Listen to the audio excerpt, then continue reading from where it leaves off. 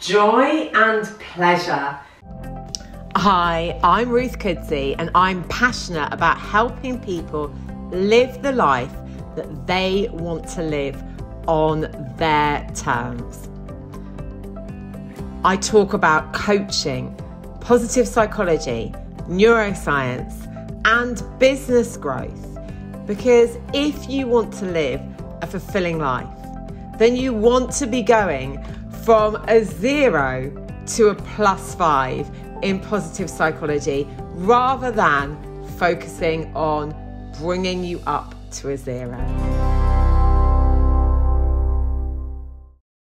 In your life, we are so accustomed to doing things that actually we have this complete goal focus, and we're thinking about, okay, when I get to, when I lose half a stone, when I reach X age, when I make so much money, when I.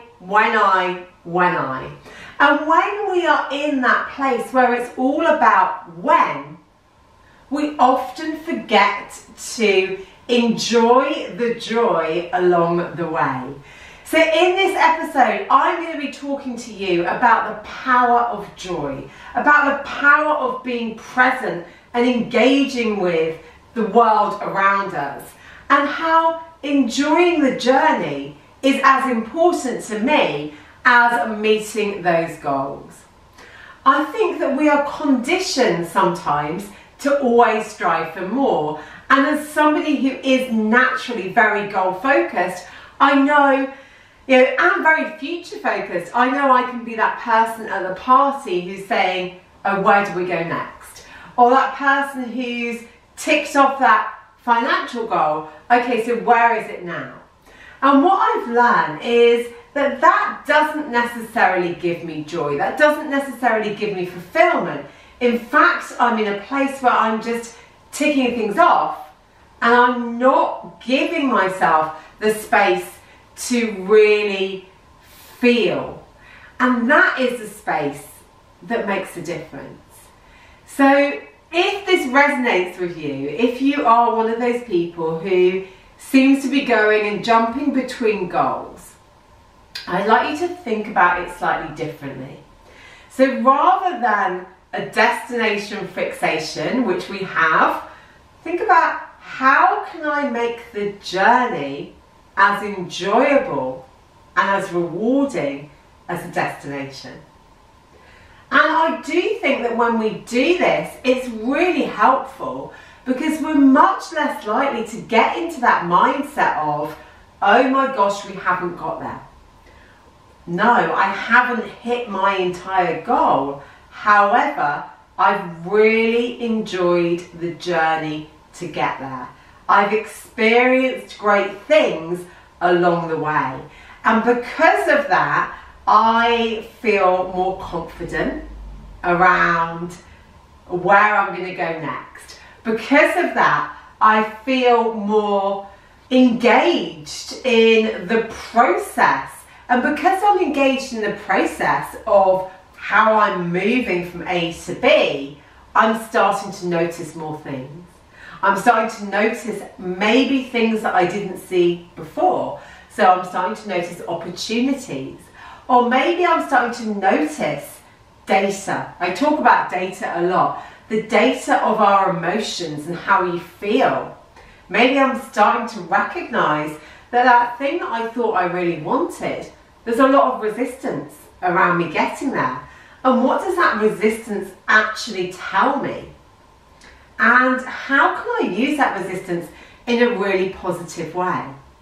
So I would encourage you to start looking at that bit between where you are now and the goal as the most important bit.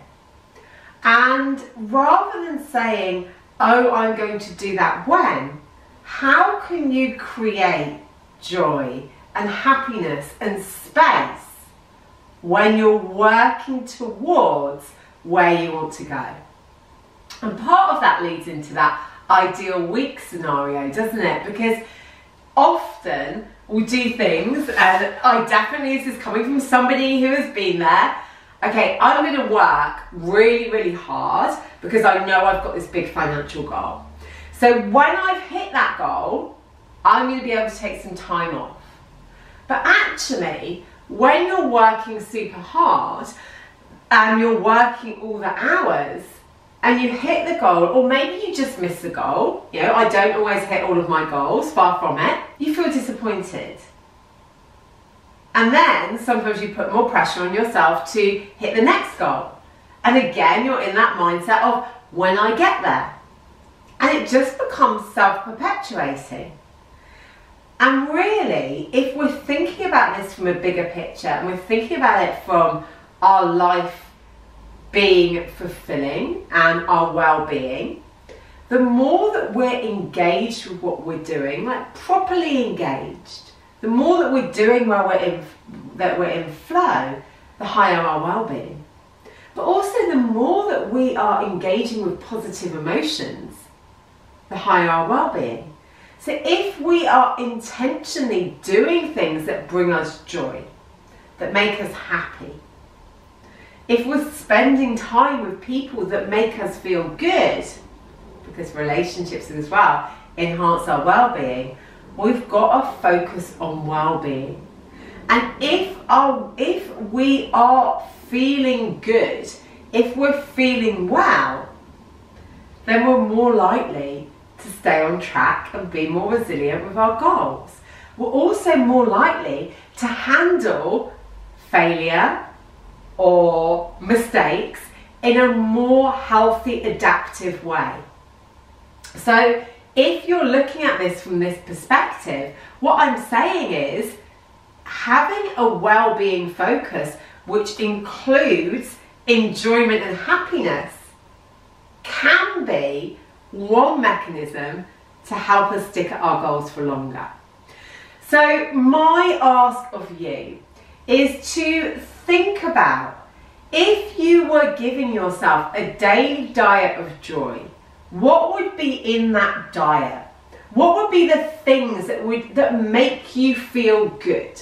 Who would the people that you're around be? I know for me a big part of this is exercise. I really enjoy exercise. I love going to the gym. I adore being in the sauna. It makes me feel great. It makes me feel energetic. Yet, I sometimes prioritize other things first because I've got that, oh, but is this going to help me achieve my goal? And what I needed to do is change the way that I thought about goals. How is experiencing joy, feeling energized, going to help me achieve my goal?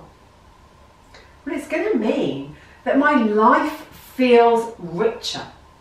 It's going to mean that my well-being is enhanced, and therefore burnout is less likely to happen.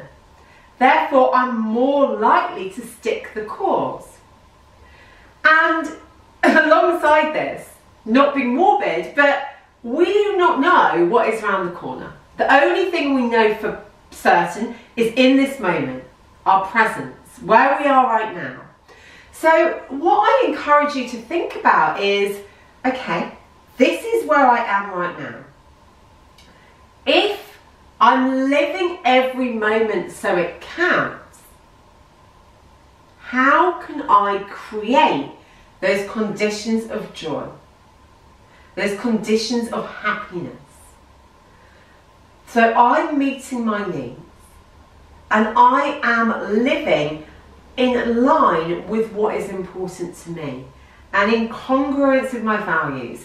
And as a coach, this is so important because ultimately my clients come to me because they want coaching around their leadership or their business or how they're feeling.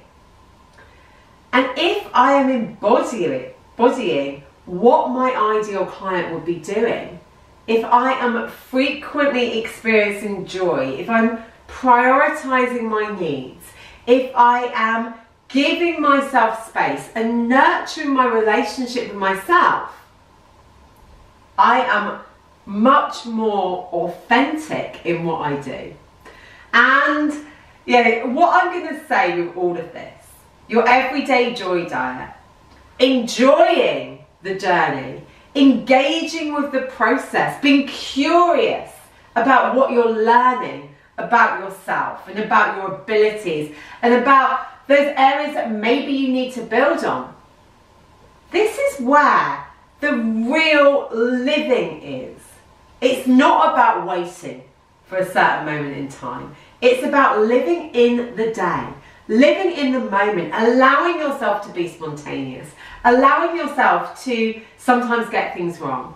And this is about feeling better. So really, yes, we have our goals. Yes, we have our vision.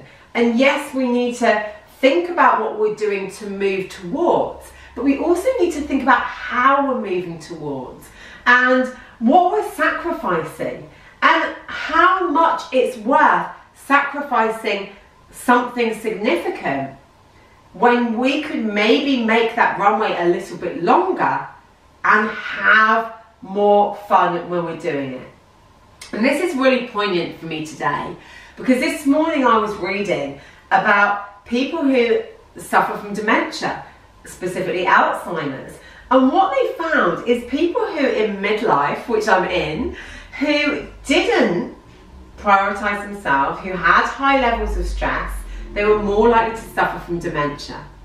And I think that we can be our own worst enemies with this. We can think that everything needs to be done now and that our goal is this all-consuming thing that needs to drive our behavior. And what I'm saying to you, if you are focused on joy as well as the goal, then you are actually helping yourself reduce stress. And we know that a reduction in stress does everything for our thinking, our well-being, our creativity. So I'd love you to share with me what is in your daily joy diet. A couple of things from me. So for me, being outside, being in nature, engaging, listening to the birds singing, hearing the squirrels. We've got some naughty squirrels who like to throw acorns at us sometimes. You know, but actually engaging. Sometimes seeing a deer where I live. Moving my body. That feeling, that power, that energy I get from exercise. Spending time with people that I love. Seeing a friend for coffee. Speaking on the phone to my friend who lives in the States. Really taking the time for human connection. Making dinner. Sitting, eating with my family and being mindful. Building Lego with my children. I'm not talking massive things, and of course there are bigger things. There's going away with my best friends.